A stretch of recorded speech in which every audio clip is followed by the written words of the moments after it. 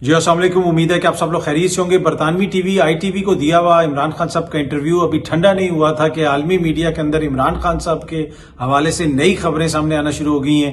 کیا تفصیلات ہیں وہ آپ سے شیئر کروں گا، کچھ مزید خبریں کوشش ہوگی کہ وہ بھی آج کے ولاگ میں آپ سے شیئر کی جائیں۔ سب سے پہلے وزیر توانائی اویس لغاری صاحب نے کہا ہے کہ 2 گھنٹے کی لوڈ شیڈنگ سے 50 ارب روپے کی بچت ہوتی ہے۔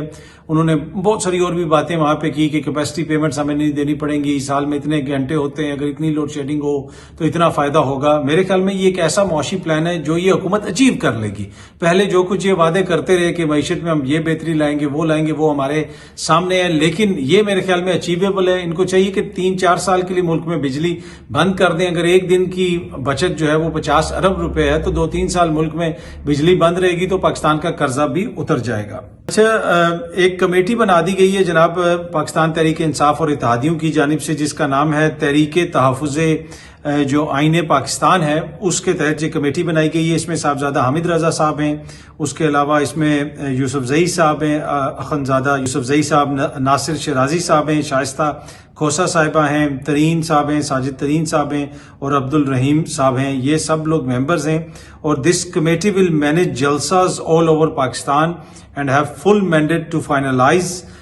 جو بھی سٹرکچر ہوگا، جو کچھ بھی ہوگا، جلسے جدھر ہوں گے، یہ کمیٹی اس کے فیصلے کرے گی۔ اب آپ کو پتا ہے کہ 22 تاریخ کو پاکستان تحریک انصاف کا اسلام آباد میں جلسہ ہے ترنول میں۔ ابھی تک اس کے حوالے سے تحریک انصاف کے کچھ لوگ یہ کہتے ہیں کہ ہمیں خدشہ ہے کہ آخری دن جناب ہمارا NOC کینسل کر دیا جائے گا اور ہمیں بتایا جائے گا کہ جناب آپ جلسہ نہیں کر سکتے، لیکن ابھی تک تو ان کے پاس جلسے کی اجازت ہے۔ دیکھتے ہیں کہ جناب وہ اب جلسہ کیسا ہوتا ہے اور ان کو جلسہ کرنے دیا جاتا ہے یا نہیں کرنے دیا جاتا۔ اچھا، مہر بخاری صاحبہ جو ARY نیوز پہ پروگرام کرتی ہیں، انہوں نے ARY نیوز سے ریزائن کر دیا ہے اور اب وہ ایک اور ٹی وی چینل میں چلی گئی ہیں۔ دنیا ٹی وی کو انہوں نے جوائن کر لیا ہے، یہ سامنے وہ دیکھ سکتے ہیں آپ کہ انہوں نے ایک ٹویٹ بھی کی ہوئی ہے۔ اس میں آپ دیکھ سکتے ہیں ٹویٹ میں انہوں نے لکھا ہوا ہے کہ I have resign from ARY، اور انہوں نے یہ بھی کہا ہے کہ اب آپ سب لوگوں سے ملاقات دنیا کی اسکرین پہ ہوگی انشاءاللہ۔ اور انہوں نے آگے یہ بھی لکھا ہے کہ all the rest is fake news. اب یہ انہوں نے کس حوالے سے کہا ہے کہ all the rest is fake news?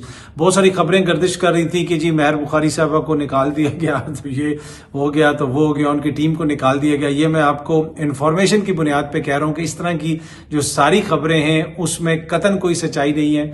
مہر بخاری صاحبہ کو آفر آ رہی تھی دنیا نیوز سے اور وہ اس چیز کو کنسیڈر کر رہی تھیں، وہ بھی ایک اچھا سلاٹ ہے، اور نہ ARY کی مینجمنٹ نے ان کو نکالا ہے نہ ان کی ٹیم کو نکالا ہے، کوئی ایسی بات نہیں ہے، وہ اپنی مرضی سے وہاں پہ گئی ہیں۔ اور جس طرح انہوں نے کہا کہ all the rest is fake news, تو یہ میں کنفرم کر سکتا ہوں فرسٹ ہینڈ نالج کی وجہ سے، میں آپ کو بتا رہا ہوں کہ ایسی کوئی بات نہیں ہے جس طرح کی چیزیں سوشل میڈیا پہ گردش کر رہی تھی کہ یہ ہو گیا تو وہ ہو گیا۔ اچھا، ابھی آئی ٹی وی کا جو انٹرویو تھا عمران خان صاحب کا وہ ٹھنڈا نہیں ہوا کہ BBC نے بھی عمران خان صاحب کی خبر لگا دی ہے، گارڈین نے بھی خان صاحب کی خبر لگا دی ہے، عالمی میڈیا پھر خان صاحب کی خبر لگا رہا ہے۔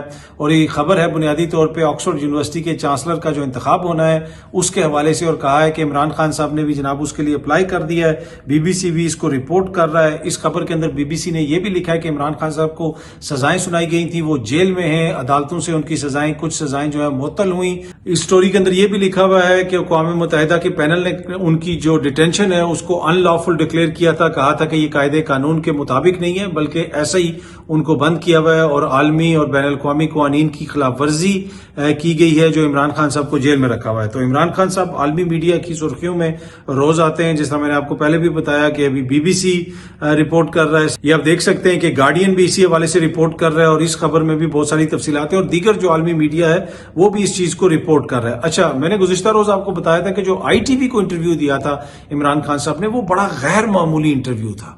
اس میں جس طریقے سے انہوں نے ایڈریس کیا برطانوی پرائم منسٹر کو، جمہوریت کی طرف ان کی توجہ کروائی اور کہا کہ جناب کیا یہ ایسی جمہوریت ہوتی ہے کہ آپ اپنے ملک میں ایسی جمہوریت قبول کریں گے؟ آپ کے ملک میں جو مسلمانوں کے ساتھ ہو رہا ہے کیا وہ درست ہے؟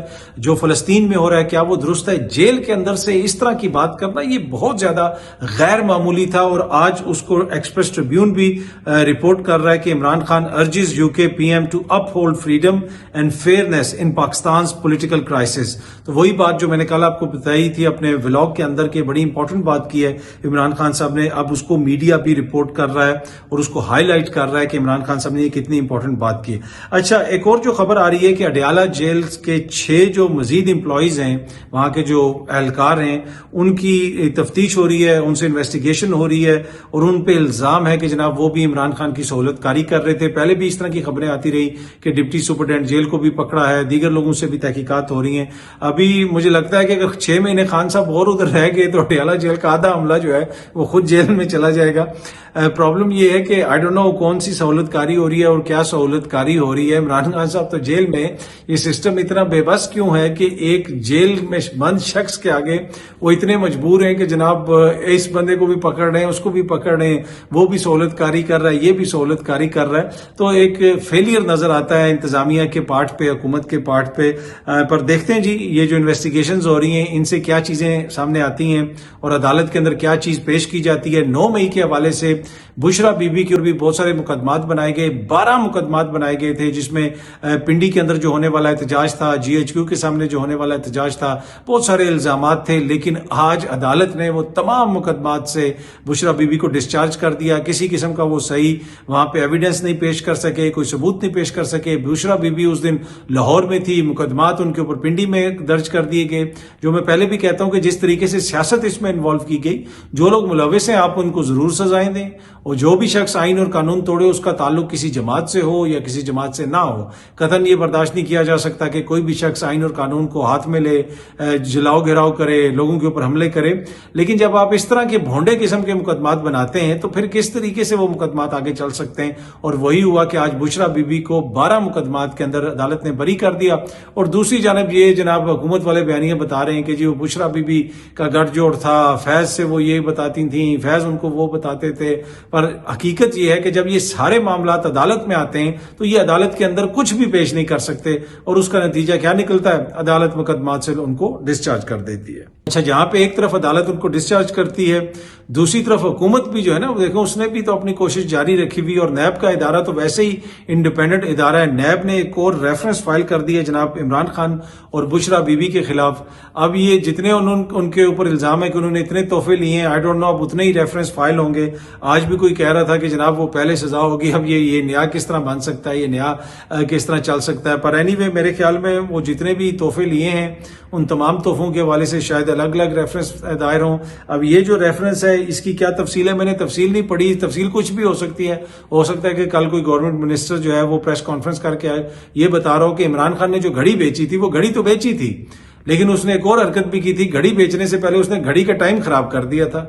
ٹائم اگر مثال کے طور پہ 12 بجے ہوئے ہیں تو عمران خان کی گھڑی جو ہے 4 منٹ پیچھے تھی، تو لہٰذا اس کے اوپر ایک ریفرنس اور بنتا ہے۔ تو جس قسم کے ریفرنس بنائے جا رہے ہیں تو وہ کسی قسم کا بھی ریفرنس بن سکتا ہے۔ اب دیکھتے ہیں کہ کورٹ آف لاء میں یہ جو ریفرنس آئے گا اس کو عدالت کس نظر سے دیکھتی ہے اور کتنی بڑی سزا ہوتی ہے عمران خان صاحب کو۔ پہلے جو مقدمات میں جو کچھ ہو رہا ہے، جس طریقے سے چیزیں چل رہی ہیں، وہ بھی آپ کے بھی سامنے اور میرے بھی سامنے۔ بہت جلدی آپ سب دوستوں سے دوبارہ ملاقات ہوگی۔ Thank you very much.